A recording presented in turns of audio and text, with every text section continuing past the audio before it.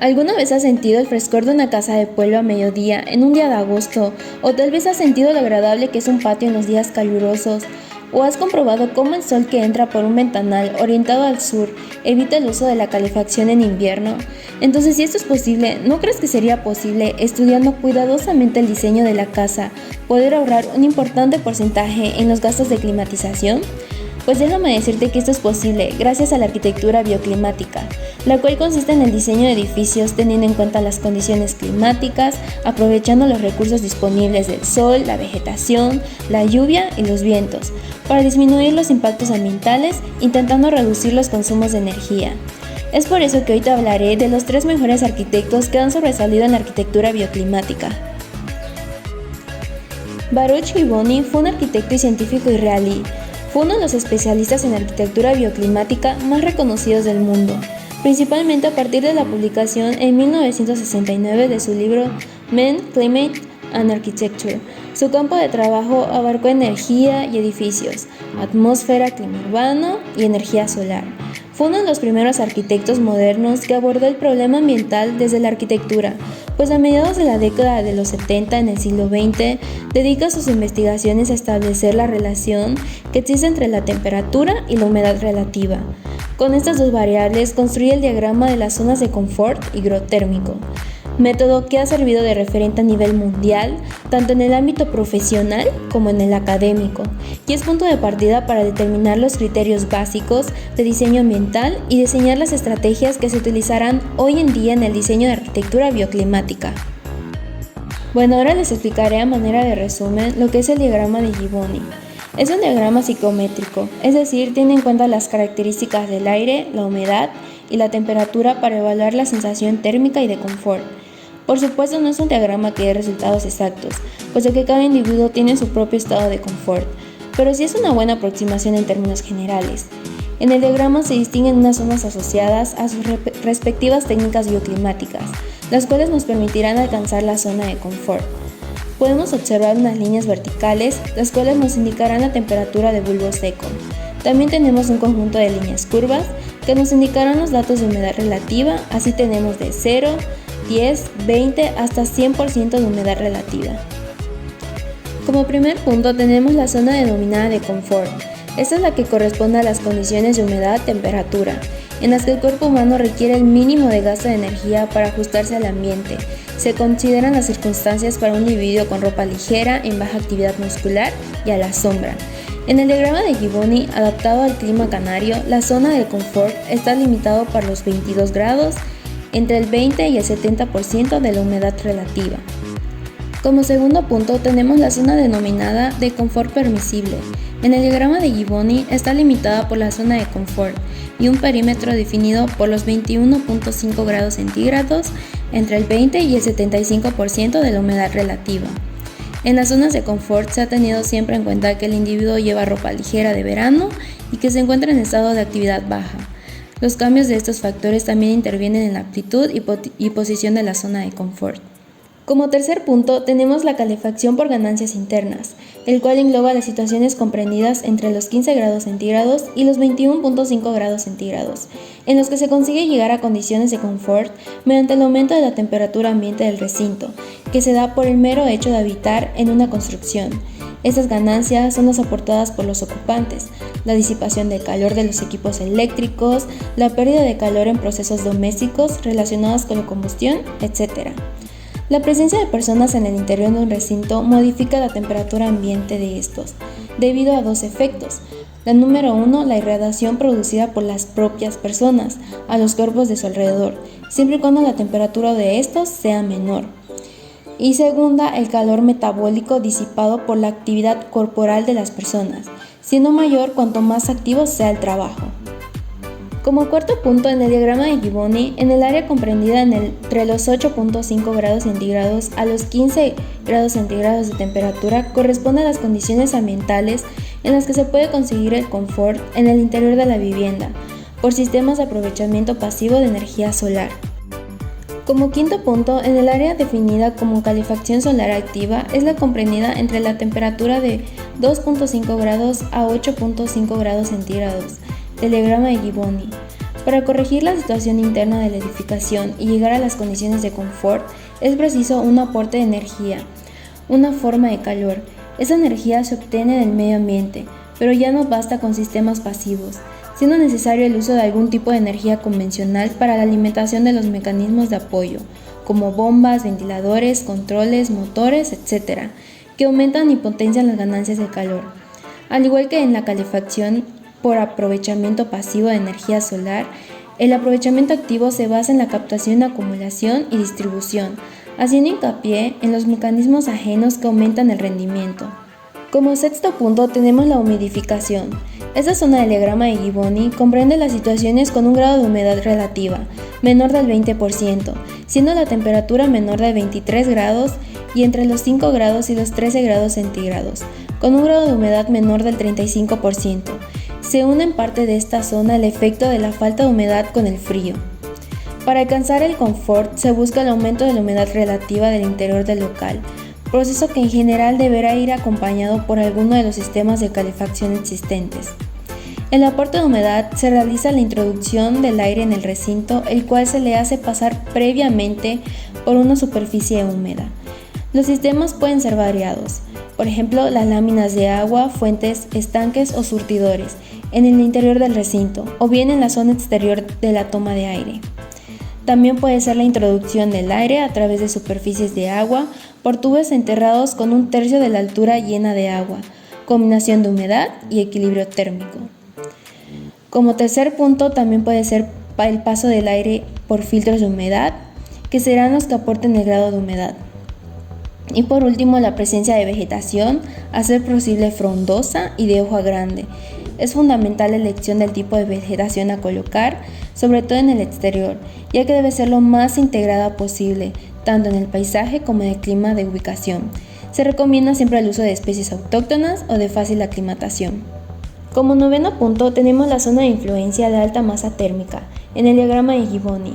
Comprende un área definida por una línea poligonal que cubre el espacio existente entre la zona de confort permisible y la línea quebrada, que partiendo de los 21.5 grados centígrados y el 20% de humedad relativa, une los puntos definidos por 35 grados centígrados y un 8% de humedad relativa. En esta región del diagrama de Givoni, para alcanzar una situación de confort en el interior de la edificación, es necesaria una reducción de la temperatura, que se obtiene simplemente con el amortiguamiento de la onda térmica exterior, consiguiendo que los máximos de la onda interior estén próximos a la temperatura del confort. En este proceso se estudian los conceptos de amortiguación, disipación y protección del calor a través del edificio. Este procedimiento es de gran eficacia cuando las temperaturas medias diarias se aproximan a la temperatura del confort. Como décimo punto tenemos la zona de influencia de enfriamiento por evaporación en el diagrama de Givoni. Un área definida por una línea poligonal que cubre el área comprendida entre la zona de confort y la zona inferior del diagrama, y una línea quebrada que partiendo de los 40.5 grados centígrados para humedades relativas inferiores al 10%. En esta región del diagrama se busca un efecto combinado, por un lado la disminución de la temperatura por medio del calor absorbido al producirse la evaporación del agua o de algún otro fluido, y por otro el aumento de la humedad relativa al aumentar la cantidad de vapor en el ambiente, siempre y cuando se esté en situaciones de la parte baja del diagrama. Estos sistemas funcionan principalmente en presencia de una masa de agua o en su caso masas húmedas y bajo condiciones de sobrecalentamiento y escasa humedad en el ambiente interior. Como onceavo punto tenemos la refrigeración por alta masa térmica con renovación nocturna. Esta comprende un área definida por una línea poligonal que cubre el espacio existente entre la zona 9 del diagrama de Givoni y una línea quebrada que partiendo de los 35 grados centígrados y el 8% de humedad relativa, une los puntos definidos por los 44 grados centígrados y el 5% de humedad relativa, y los 44 grados y el 20% de humedad relativa. En las zonas en las que se da esta situación del diagrama de Givoni, la temperatura media está en torno a los 27 grados, y para conseguir una reducción de la temperatura media interior por medios pasivos es necesario fomentar y aprovechar el desfase entre las condiciones exteriores y la respuesta interior. Fundamentalmente se trata de evitar que el calor existente en el exterior del edificio durante el día penetre en el interior de la edificación directamente y que la onda de calor que atraviese los parámetros tenga un desfase de unas 12 horas, de forma que cuando la temperatura descienda en el exterior del edificio por debajo de la media, se abran los huecos de la edificación, permitiendo o forzando la entrada de aire fresco. En el interior de la edificación se consigue una temperatura por debajo de la media durante todo el día. Como 12º punto tenemos la refrigeración por ventilación natural y mecánica. Este ocupa un área en el diagrama de Gibboni comprendiendo entre las líneas del 75% y el 20% de humedad relativa, por la zona de confort y por la línea quebrada que en su tramo vertical inferior corresponde a los 31.5 grados centígrados y que llega hasta el 50% de humedad, donde se quiebra la línea hasta el punto determinado de los 29 grados y el 75% de humedad. Mediante la utilización de la ventilación se consigue una renovación del aire interior, eliminando el aire viciado con un exceso de vapor de agua, incidiendo en el mejoramiento de la calidad del ambiente interior a la vez que se mejora la sensación térmica. La ventilación natural es muy beneficiosa en áreas con suficiente viento en verano y humedad relativa superior a los 20%, ya que con menores porcentajes de humedad hay riesgos de deshidratación del aire. Como último punto tenemos la deshumidificación convencional. Esta zona está comprendida entre el 80% y el 100% de la humedad relativa, y a partir de los 20 grados centígrados, en esta situación se trata de mejorar las condiciones interiores de los edificios, con altos niveles de humedad, mediante la deshumidificación o desecación del aire, con lo que podemos tomar confortables temperaturas entre los 21.5 y 32.5 grados centígrados. En este sistema, a excepción de temperaturas entre los 20 y los 24 grados centígrados, necesita complementarse con otros sistemas estudiados. Steven Sokolai es un ejecutivo energético húngaro, miembro condecorado de la Orden de Australia, el cual recibió el Premio a la Arquitectura Pasiva y de Baja Energía en 1989, que también obtuvo una medalla del Bicentenario de Australia. Este arquitecto fue un profesor de la Universidad de Liverpool y Nairobi de 1965 a 1968, y también fue profesor del titular del Politécnico Central de Londres de 1968 a 1974. La obra más destacada de Steven fue el libro llamado Introducción a la Ciencia de la Arquitectura, la base del diseño sostenible. Este libro nos proporciona los datos necesarios para que los arquitectos diseñen edificios que mantengan la comodidad de los usuarios en una variedad de condiciones, con una dependencia mínima y métodos de uso intensivo de energía, como el aire acondicionado. Este no es un libro de cómo hacer, pero responde a la pregunta de ¿por qué? Dota al lector de las herramientas para realizar todo el potencial de las buenas intenciones, del diseño bioclimático sostenible. El libro nos brinda los conocimientos necesarios para diseñar para controlar las condiciones ambientales interiores, como lo son el calor, la luz y el sonido. El libro responde a la necesidad de comprensión más allá de las reglas generales.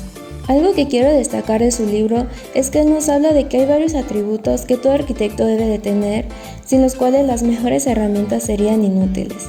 Este lo divide en 4 atributos.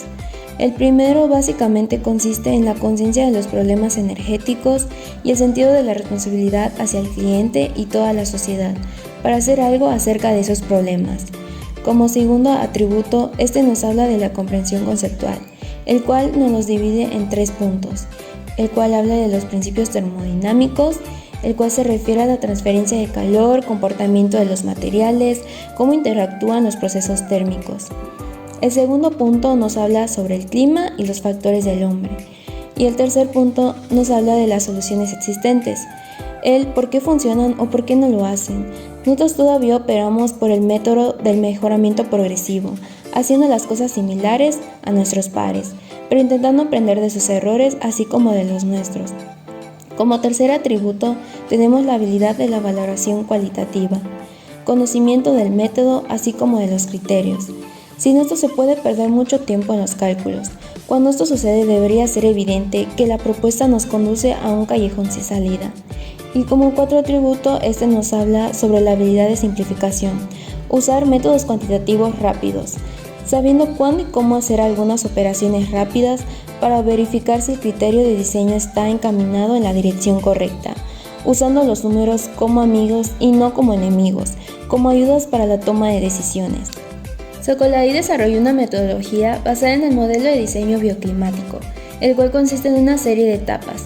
Como primera de esta tenemos la de los estudios preliminares.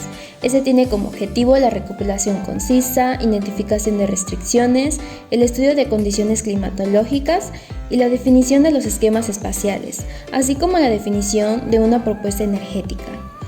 Como segunda etapa tenemos el anteproyecto. Este tiene como objetivo la generación de ideas, la formulación y la prueba de hipótesis del diseño. Como producto se deberá contar con una propuesta de diseño. Como tercera etapa tenemos el proyecto. En esta etapa se detallan las decisiones del diseño, teniendo en conciencia las consecuencias energéticas de cada decisión. En este se deberán elaborar planos, detalles y especificaciones. Como cuarta etapa tenemos la evolución final. En esta se deberán hacer análisis térmicos, de ventilación, lumínicos y estimación del uso de la energía para todos los propósitos. En esta etapa se debe concluir con una propuesta espacial y energética definitivas. Ken Chen es un arquitecto y escritor prolífico de Malasia y el más conocido por el desarrollo de soluciones ambientales de diseño para edificios de gran altura en los trópicos. Nació en el año 1948 en Penang, Malasia. Asistió al colegio de Cheltenham en Inglaterra. También recibió un doctorado en diseño ecológico de la Universidad de Cambridge por una tesis titulada Un marco teórico para el diseño ecológico y planificación del medio ambiente construido. Yang es el principal arquitecto de Kuala Lumpur, Malasia, desde el año 1975. Jugó un papel decisivo en el desarrollo del diseño de los rascacielos de la energía pasiva, como los rascacielos bioclimáticos.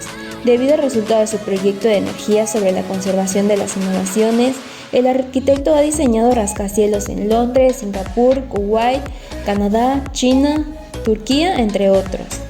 Como arquitecto, ecologista y activista medioambiental, Yang considera que es urgente el cambio en la construcción de los edificios y en la manera de vivir para combatir el cambio climático, algo que ya ha materializado en 2 edificios de Malasia, como lo es la Biblioteca Nacional de Singapur y la Torre Manera de Mezigamia y Petaling Jaya. Yang considera el flujo de energía y materia en el medio edificado como un modelo de uso en el contexto de la vida útil del edificio. El modelo de uso comprende las fases de producción, construcción, funcionamiento y recuperación.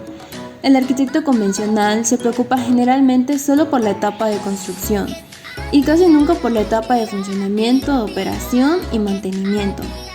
Como se puede apreciar, Yang incorpora una etapa anterior de producción y una final de recuperación. Considera ser un edificio dentro de un ecosistema muy amplio. Los esquemas que plantea quedan definidos en 3 aspectos. El número 1, recursos, vienen siendo los inputs, totales en el ciclo de vida de un sistema edificado. El 2, los productos, las aflidas, totales en el ciclo de vida de un sistema edificado. Y el 3, que vienen siendo los impactos durante el ciclo de vida de un sistema proyectado. Yang finaliza estableciendo criterios para la evaluación de un sistema proyectado. Esta nueva visión holística de arquitectura está cobrando mucha fuerza en nuestros días, por lo que se espera que esta metodología tendrá un gran impulso en los próximos años. Bueno, hasta aquí el video de hoy, espero que te haya gustado el contenido y si quieres conocer más información sobre la arquitectura bioclimática, no olvides suscribirte y activar la campanita para que te notifique cuando haya subido un nuevo video. Nos vemos hasta la próxima semana, hasta luego.